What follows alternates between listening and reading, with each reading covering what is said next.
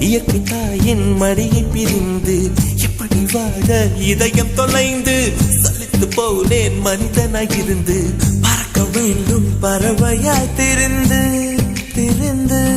பறந்து பறந்து மூங்கில் காடுகளே வந்து முனகும் பாடல்களே தூரச் சிகரங்களில் தண்ணீர் துவைக்கும் அருவிகளே